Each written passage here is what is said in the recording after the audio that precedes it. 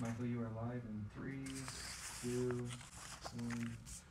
Popular homeless shelter and drug deal parking lot Burger King has a new marketing campaign. The home of the Whopper no longer boasts about its bigger beef. The bigger the burger, the better the burger, the burger's bigger at Burger King. No, now the fast food giant is relying on leftist politics to sell hamburgers. We'll analyze their latest ad and what it means for the culture. Then Benji Backer tries to convince me that conservatives should care about the environment. Finally, Jacob Airey joins the Panel of Deplorable to talk about that sexual deviant Barney the Dinosaur, illegal aliens screaming at Chuck Schumer, and for some reason not being arrested and deported, and why half the country wants to investigate the FBI. I'm Michael Knowles, and this is The Michael Knowles Show.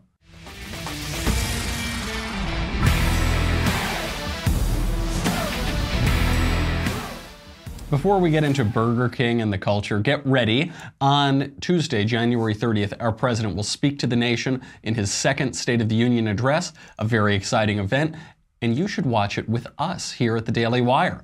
It starts at 8 p.m. Eastern, 5 p.m. Pacific. We will be hanging out with you for the whole time leading up to, during, and after the address. We'll be there for every wild hand gesture, every off-teleprompter remark, and of course, the hilarious and ridiculous rebuttal from Democrats. Catch live streams at dailywire.com, Daily Wire Facebook, or Daily Wire YouTube to spend the evening with Ben, Drew Clavin, Daily Wire God King Jeremy Boring, and me as we comment on the address and relentlessly mock our government and our political leaders. We'll also be joined by special guests at various points in the evening, so tune in to find out who will drop by.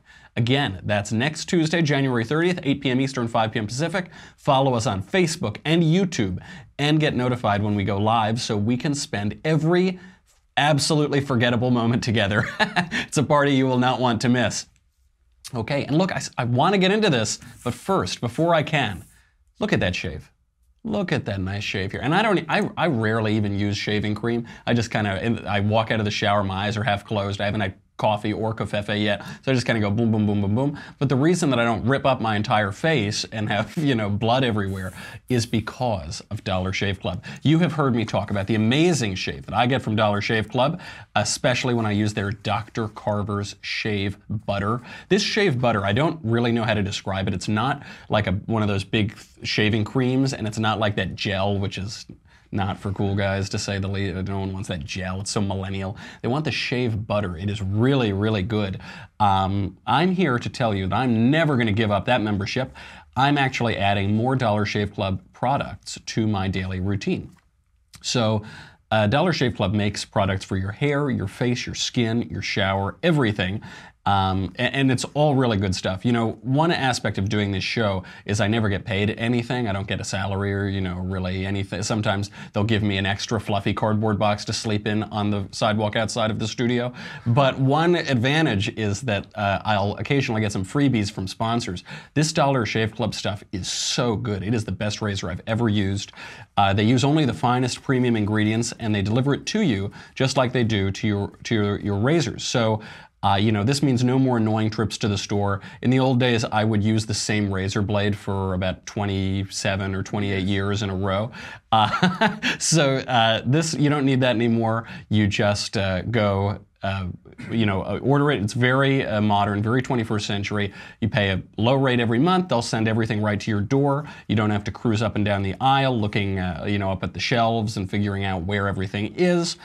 They have everything: razors, body cleanser, hair gel, and how do I put this? In Europe, they'll have a bidet when you're having a little alone time, you're digesting your meal, and they'll have a little bidet to be a little cleaner about that. In America, we don't usually do that, but they have wipes such that you can achieve the same effect. So do that. Dollar Shave Club has you covered head to toe. Now is a great time to try it. You will get your first month of their best razor, along with travel-size versions of shave butter, body cleanser, and yes, that extra special European jolt for your derriere for just $5. After that, replacement cartridges ship for just a few bucks a month. It is the DSC starter set. Get yours today for just $5. That is basically free. Go do it.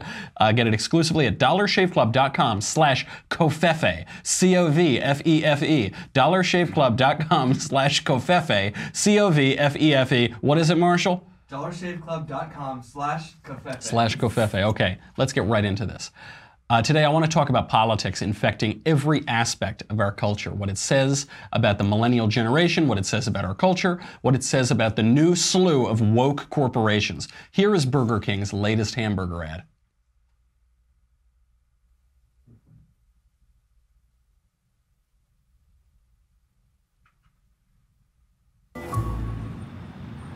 Got a number one. Hey, how you doing? Do you know what number 98, what's going on with it? Number 98, you got the Whopper? Yeah. So you got the slow access Whopper pass? Wait, what? It's on the menu right there with the fast, medium, and slow. Slow MBPS, fast MBPS, or hyper fast MBPS. MBPS, of course, standing for making burgers per second. So if we want a Whopper now, we have to pay $26. Well, that's how you get it fast. That's the highest priority. This is like a lane system? It's gonna be like 15, yeah, fast lane, slow lane. So like maybe like 15, 20 minutes. What are you talking about? Burger King Corporation believes that they can sell more and make more money selling like chicken sandwiches and chicken fries, so now they're slowing down the access to the Whopper. Were you given an option of chicken sandwich or? Yeah, I don't want a chicken sandwich, Robert. I want a Whopper. You get the point, right? Isn't that clever? Isn't that clever? And that's how they're, by the way, they wouldn't make any more money doing this. They'd go out of business. They are trying to make more money, though. That's why they have this ad. What's sort of strange about this hamburger ad, you'll notice, is that it doesn't at any point try to sell hamburgers. Instead, it sells smug, glib attitudes toward political issues that have nothing whatsoever to do with its business or its product, or really even its customers. It's trying to use government regulation of the internet, so-called net neutrality, to make hamburgers more appealing. That is horrifying. This is what Burger King ads used to look like in the good old days. This is the Vanishing American. The Vanishing American hamburger. It's been getting smaller and smaller and smaller. Well, Burger King is out to save the hamburger. With the Whopper. A hamburger so big, it takes an extra big toasted bun just to hold it. And we top that with pickles and chopped onions and fresh tomatoes and crisp lettuce. The Whopper. The king-sized burger you only get at Burger King. Groovy. Take the tribe to Burger King, home of the Whopper. The burgers are bigger at Burger King. The bigger the burger, the burgers are bigger at Burger King. The bigger the burger, the better the burger, the burgers are bigger at Burger King. The bigger the burger, the better the burger, the burgers are bigger at Burger King. That ad was so effective because it actually sold hamburgers. That ad was so effective that I was born 20 years after that ad played, and I know it. I remember it. I think a lot of people remember it too. But these days, they don't talk about, the vanishing American and you have an American Indian looking all perplexed at the tiny little hamburger patty. These days, advertisements instead prattle on about obscure federal regulations. Of course, Burger King does not actually care about net neutrality. It didn't make any public statement in 2015 when the FCC imposed rules to regulate the internet. Burger King does not currently lobby for government regulation of the internet on Capitol Hill or at the FCC. CMO of Burger King, Fernando Machado, said, "We believe the internet should be like Burger King restaurants, a place that doesn't prioritize and welcomes everyone. That is why we created this experiment, to call attention to the potential effects of net neutrality." Which, that isn't true. They did it to call attention to their hamburgers. It was exactly the opposite of what he just said, but it worked. The mainstream media loved it. The Verge had a headline. Burger King made a surprisingly good ad about net neutrality. Reuters, Burger King tweaks U.S. regulator in new net neutrality advertisement. Entrepreneur, you want fries with that? Burger King explains net neutrality in less than 3 minutes. Fast Company, Burger King uses the Whopper to teach a valuable lesson on net neutrality. Marketing Land, Burger King Whopper explains net neutrality's repeal in new ad. Adweek, Burger King deviously explains net neutrality by making people wait longer for Whoppers. The thing is, it didn't deviously explain net neutrality. The explanation had all the subtlety of a hand grenade or a Trump tweet, but I repeat myself, it was not devious. What it did deviously was pretend to agitate for net neutrality. First of all, the analogy is total nonsense. Not a lot of people, we did a whole episode on net neutrality. So a lot of people still don't understand it. There was an incredible infographic sent around by a Democrat candidate for Senate, Ro Khanna, a pro-net neutrality Democrat running for Congress from Silicon Valley. This tells the whole story. So last November, Ro Khanna, this Democrat pro-net neutrality in the heart of techland, posted an infographic on the internet comparing the cost of the internet with government regulations, commonly called net neutrality, and without government regulations, no net neutrality. With the regulations, he showed you could get video, email, gaming, and social media all for one price, $54.99 per month. Without the regulations, he warned voters, you would have to pay different prices for each. So that could be $17.99 per month for video, $8.99 a month for email, $14.99 for gaming, $12.99 for social media, and you could opt out of certain platforms and pay a little bit less. So maybe you only pay for Netflix video but not YouTube video, so it'd be cheaper than all of video, so on and so forth. The trouble with Ro Khanna's argument here is that the net neutrality version without the customer choice cost $54.99 a month, and the no net neutrality version, the deregulated one, cost $54.96 a month. So it's actually 3 cents cheaper. He made the exact opposite point that he was trying to make. The argument for government regulation of the internet made the case against a government regulation of the internet. Not very smart, Ro Khanna. So you'll notice, by the way, that I'm stumbling on my words a little bit here, that I keep saying government regulation of the internet instead of net neutrality. That's because net neutrality is a meaningless euphemism that is bandied about by the left to sugarcoat the reality of it, which is giving the government more control over the internet, making the internet less free, taking away consumer choice, both as to how they use the internet and as to how they pay for the internet. But this is what the left always does. They rely on these euphemisms, these subtle little lies that most people think are not worth fighting about, so they just use them. And in so doing that, they concede the whole premises. So I'm not going to do that. It's tedious to use precise language, but it's also the most effective way to shut down their ridiculous arguments. C'est la vie, that's how it goes. Anyway, back to net neutrality. Why is a fast food burger company suddenly agitating on behalf of rules governing consumer choice on the internet a month and a half after the regulations were repealed and 2.5 years after the rules were instituted to begin with? A fast food burger company, which has nothing whatsoever to do with the issue of internet regulation. It's because of a sad and tedious fact about our culture. This stunt from Burger King was exactly that, right? It was a marketing gimmick, and it was geared toward a specific demographic, millennials. For years, millennials have been turning away from fast food, leaving chains like Burger King or McDonald's or whatever scrambling. According to a 2014 survey by Brand Keys, baby boomers are reporting an 18% drop in fast food visits and an 11% drop among Gen Xers. The worst news is from millennials. Millennials are expected to replace baby boomers as the nation's largest consumer buying group within just 2 years, by 2020.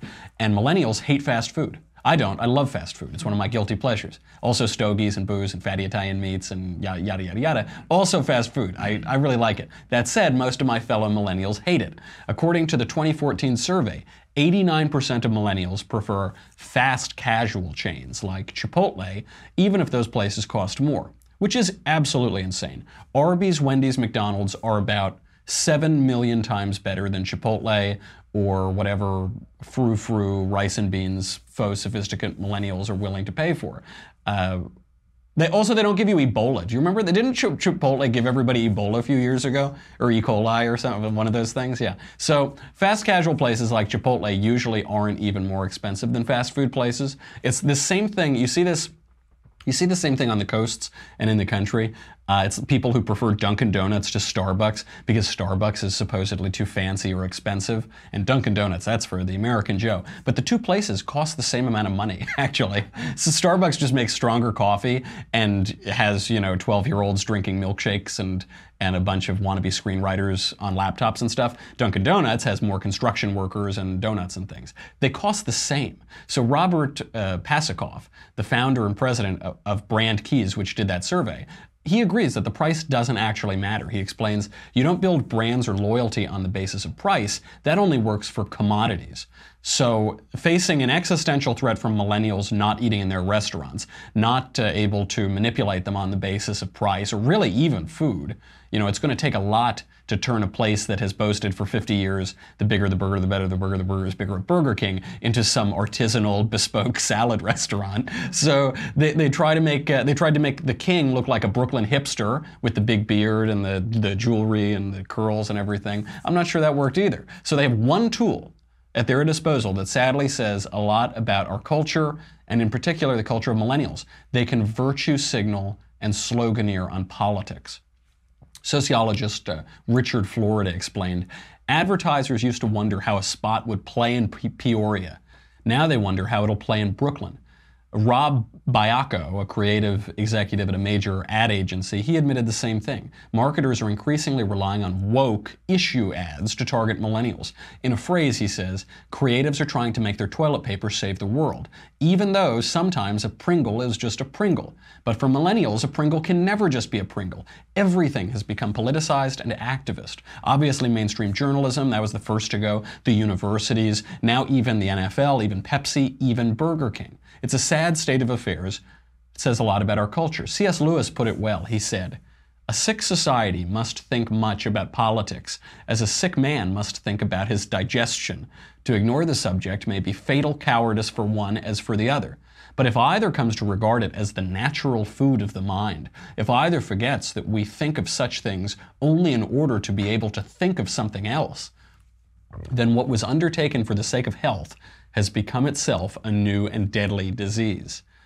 Our society is without question sick, and so we have to think a lot about politics. But we're only thinking about politics so that we can think about culture and art and philosophy and building things and eternal questions and our nature and our creator, among other things.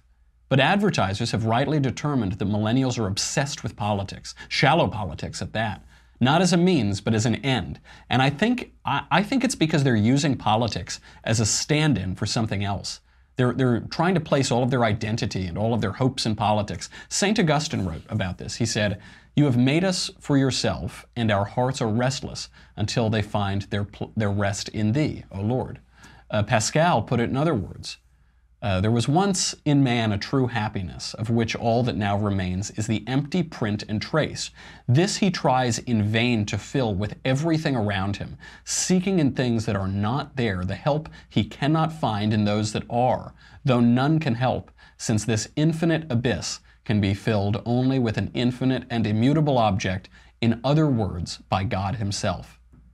Speaking of false religion and millennial obsessions, we have to bring on Benji to talk about environmentalism. But before we bring Benji on, we have to talk about my boudoir.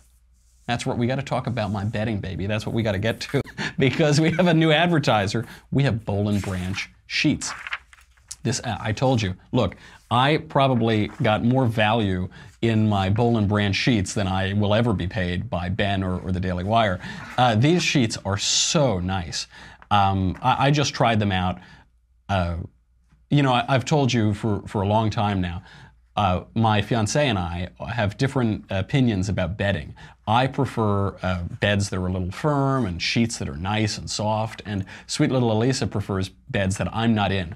But she does like these Boll & Branch sheets. So we're never going to agree on anything, but we could all use more sleep. Some nights I'll only get 12 or 13 hours of sleep, not my requisite 16. And Boll & Branch sheets are helping me to correct that. Getting a great night's sleep is easier and more affordable than you think. You don't need a new expensive mattress or sleeping pills. You just need to change your sheets. And that's why you got to check out Boll & Branch. So everything Boll & Branch makes, from bedding to blankets, is made from 100% pure organic cotton, which means they start out super soft and they get even softer over time. Before Boll & Branch, I would only buy bedding that was in like the discount rack on the side of the highway, and I would just buy the cheapest sheets I ever possibly could. And I never understood why you would buy expensive sheets. Now I do. I am totally a believer, and Boll & Branch will give you a great deal on it. So you buy directly from Boll & Branch. So you're basically paying wholesale prices. Luxury sheets, I've learned as I do my wedding registry, can cost up to $1,000 in the store. You can pay $1,000 on sheets, but Boll & Branch sheets are only a couple $100 for the same quality. So everyone who tries Boll & Branch sheets loves them. That's why they have thousands of 5-star reviews. Forbes, The Wall Street Journal, Fast Company are all talking about Boll & Branch. Even 3 U.S. presidents sleep on Boll & Branch sheets. 3 U.S. presidents and 1 presidentially endorsed, best-selling blank book author sleep on Boll & Branch sheets. That's 4 somebody's. That's 4, you know, some 4 of a certain kind of people. Shipping is free. You can try them for 30 nights. If you don't love them, send them back for a refund. There is no risk here. But you are not going to want to send them back, I assure you. There is no risk. There is no reason not to give them a try. And you can say that you slept on the same sheets as a bunch of presidents. Hopefully not Bill. I don't know if I'll do some research into that. But 3 U.S. presidents, it's got to be good quality. To get started, right now, my listeners get $50 off your first set of sheets at bollandbranch.com, promo code Michael. That is $50 off. That is a good deal. You got to go do that right now. bollandbranch.com, promo code Michael, M-I-C-H-A-E-L. Go to bollandbranch.com today. $50 off your first set of sheets. B-O-L-L and branch.com. Promo code. What's the promo code, Marshall? Michael. Michael. Promo code Michael. Okay, let's bring on Benji. Benji Backer is the founder of the American Conservative Coalition. He has been a conservative activist, I think, since he was in the womb, and he is a wonderful college kid. And but he's going to try to convince me that conservatives should care about the environment. He's spoken at CPAC. I'm sure you've seen him elsewhere as well. Benji, let's get right into it. Why should conservatives care about the environment? Michael, great to be here. There's a few reasons. First of all, it has immense economic impact. If the environment's doing well, the economy's doing well, and that's just the truth. Another reason for conservatives to really care about the environment is that it's the #1 issue that millennials think about when they go to the voting booth. Some polls showed it as #2, but either way, it's a really important issue for the youth demographic when they go to the polls. And the truth of the matter is Republicans haven't done an amazing job making it a priority over the past 10 or 15 years. And why is that, by the way? I'm sorry, before we go on, because Yeah. I agree with you. I see that talking to millennials. They really care about the environment, and they're always worried about global warming and things like that. Why? Why is this the #1 issue for millennials? Does that reflect some kind of agenda in our schooling, or is there some more legitimate reason as to why we're so concerned about it? Yeah, I think part of it is in the schooling. Obviously, we get taught about climate change and other environmental issues from a young age. That being said, I just think that young people have an inclination to change environmental policy because they can see environmental changes happening, no matter if it's caused by man-made climate change or not. They see that environmental changes have benefits if it's done the right way. And they also know about the economic impacts of being pro-environmental, especially if you're a conservative who knows environmental policy. You know that being pro-environmental can have immense economic benefits. And so I think that all those together have kind of made it a priority. You know, obviously the schools have pushed climate change into a lot of people's minds, and so that's probably the first and foremost, but there are other reasons as well. Absolutely. And do you see any distinction here? Because I do think these schools have kind of made radicals out of conservatives like me, where all I want to do is throw those little 6-pack can plastic things onto schools of dolphins because of how ridiculous the left is with its pro-environmental agenda. Do you see a distinction between environmentalism and conservationism? I do, and I think that they should be the same thing. I just think that the left has pushed it so far to the left that people have gotten turned off by the environment, and as a result, conservatives have kind of dropped the subject. And so I think both sides are at fault that it's gone so far to the left, and we've gotten to this huge divide where the right, goes so far to say, okay, let's drill on national parks, let's, not even care about the environment at all. And then the left has gone as far to say you have to bike to work, otherwise the world's going to blow up. And obviously that's an exaggeration, but that's kind of how it seems sometimes with the left. And so what we try to do at the American Conservation Coalition is put it more in the middle, where you talk about some of the economic impacts, you talk about some of the things that private people can do, private businesses can do, local governments can do. It's not all big government, and I think big government has turned away a lot of conservatives as well. It's just been turned into this thing where you expect the government to handle every environmental problem. That's not how it used to be. Republicans used to embrace these things on a local level. Sure, there used to be. I think before the environmental conversation became so hysterical, with Al Gore suggesting that if we don't do exactly what he wants, the world is going to end, and then the world doesn't end and he has even less credibility. Before that, right, conservatives were more open to it. But the distinction I see between conservationism and environmentalism is that environmentalism posits that little animals and deer somehow have rights that need to be protected. They have the right to not be shot, or the right to, I don't know, free healthcare or something. And conservationism says that we have to preserve the animals so that we can keep on shooting them. Basically that we need to conserve our natural environments because it's very beautiful and we enjoy seeing these nice animals and looking at beautiful parks. But for the conservationist, it seems to me, it's all about the human. The human is ultimately what matters in this relationship between the human and the environment. And for the environmentalists, I wonder if it's a sort of pagan worshiping of an environment, a kind of anti-humanist point of view that puts the little Delta smelt in California above human beings. For some reason, we pour a huge percentage of our fresh water to feed these little anchovies in California rather than using them to water golf courses so that we can, have a better time on the weekends or something. Is there anything in that messaging where you think the environmental movement could get a little bit more focused on human beings and a little less concerned about sardines?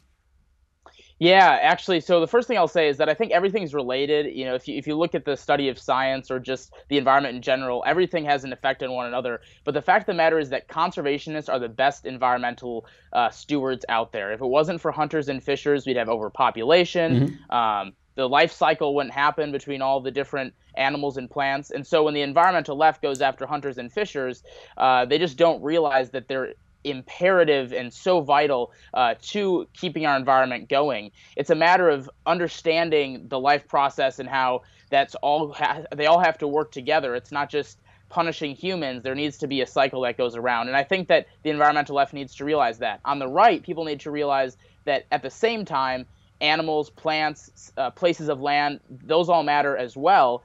And if you do it the right way, which conservationists tend to do, hunters and fishers tend to be conservatives and really care about the environment, it can have immense economic benefits. I mean, you look at hunting and fishing and how much it adds to the U.S. economy. You look at clean energy and how much that adds to the U.S. economy with jobs and revenue. I mean, there's so many ways to reap the benefits of these positive environmental impacts.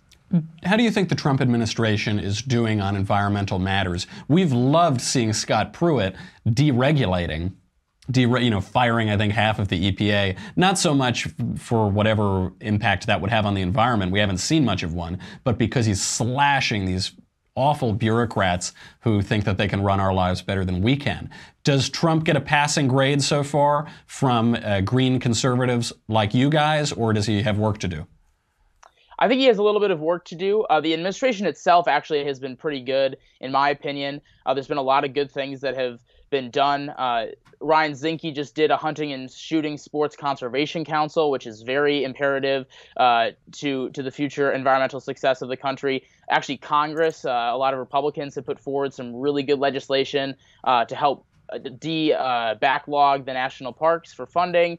They put together a few acts as well. Rex Tillerson has actually done some good things as well on the environment. There's 33 Republicans on the Climate Solutions Caucus who kind of basically say that it needs to be a priority. Those are congressmen and women from all walks of the conservative aisle. So I think that that's really key. I think Donald Trump needs to make it a focus of his to focus on the environment. Otherwise, one, he's not going to be able to get the youth vote as easily in 2020. But additionally, I think that with him as president, conservatives have an opportunity to show that it's not big government that can solve these problems. It's private businesses, it's local areas, it's state governments and local governments, and just citizens in general that can do the right thing. So making it a priority, I think, is going to be important for him. And I think that it'll be something that conservatives can kind of prove that they can lead on if he makes it a priority. And that's such a nice point at the end. If the environmentalist left, or more likely the conservationist right, made the point that we need to protect our environment ourselves at a very local level. I'm starting with the man in the mirror. I'm asking him to make a change. And municipal governments, local governments, private organizations, conservation organizations, or corporations, that would be a much easier way to do it. That'd be a much easier way to build consensus on the issue, rather than saying we're going to staff up some crazy federal bureaucracy, sign on to absurd international agreements, take more of your tax money, fund more private jets to Brussels or Davos or whatever Al Gore thinks he's going to do to save the world this time. If it became a little bit more focused on a local level and on how it relates to your own life, I think it's a great way to build consensus on it, and I wish you luck on that regard. Anything that will shut up Al Gore and get him out of the room is good for me. Benji, will you stick around for the panel? Can you stick around another maybe 15 minutes? Sure, sounds great. All right, I love it. We have got to bring on our panel to talk about some news, and by our panel, I mean our Jacob. Our Jacob Airey will join us. But before that, listen, Marshall is a tyrant. You know this. He's a sadist and a tyrant. We have so much to talk about. We've got Barney the Dinosaur running tantric sex rings. We've got to talk about illegal aliens, and we've got to talk about investigating the FBI. But if you're on Facebook or YouTube, I'm sorry, Buster, you got to go over to dailywire.com. If you're already there, thank you very much. You keep the lights on. You keep covfefe in my cup. You keep my bedding very nice with Boll and Branch sheets.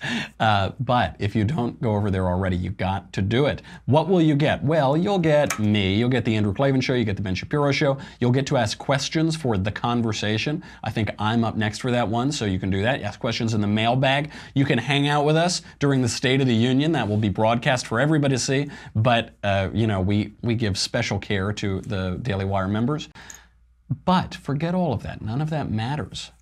This is what matters, guys. The Leftist Tears Tumblr. This is what matters. You need to protect yourself. Forget, the natural environment can be a very scary place, and regardless of whether Al Gore is right or not, we are all headed for massive flooding, either because Democrats lost the government shutdown or because the polar ice caps or something are going to melt. Make sure you protect yourself and your family with the Leftist Tears Tumbler. This is the only EPA-approved vessel to house your radioactive leftist tears, so you can have them hot or cold, always salty and delicious. Make sure to go to dailywire.com right now. We'll be right back.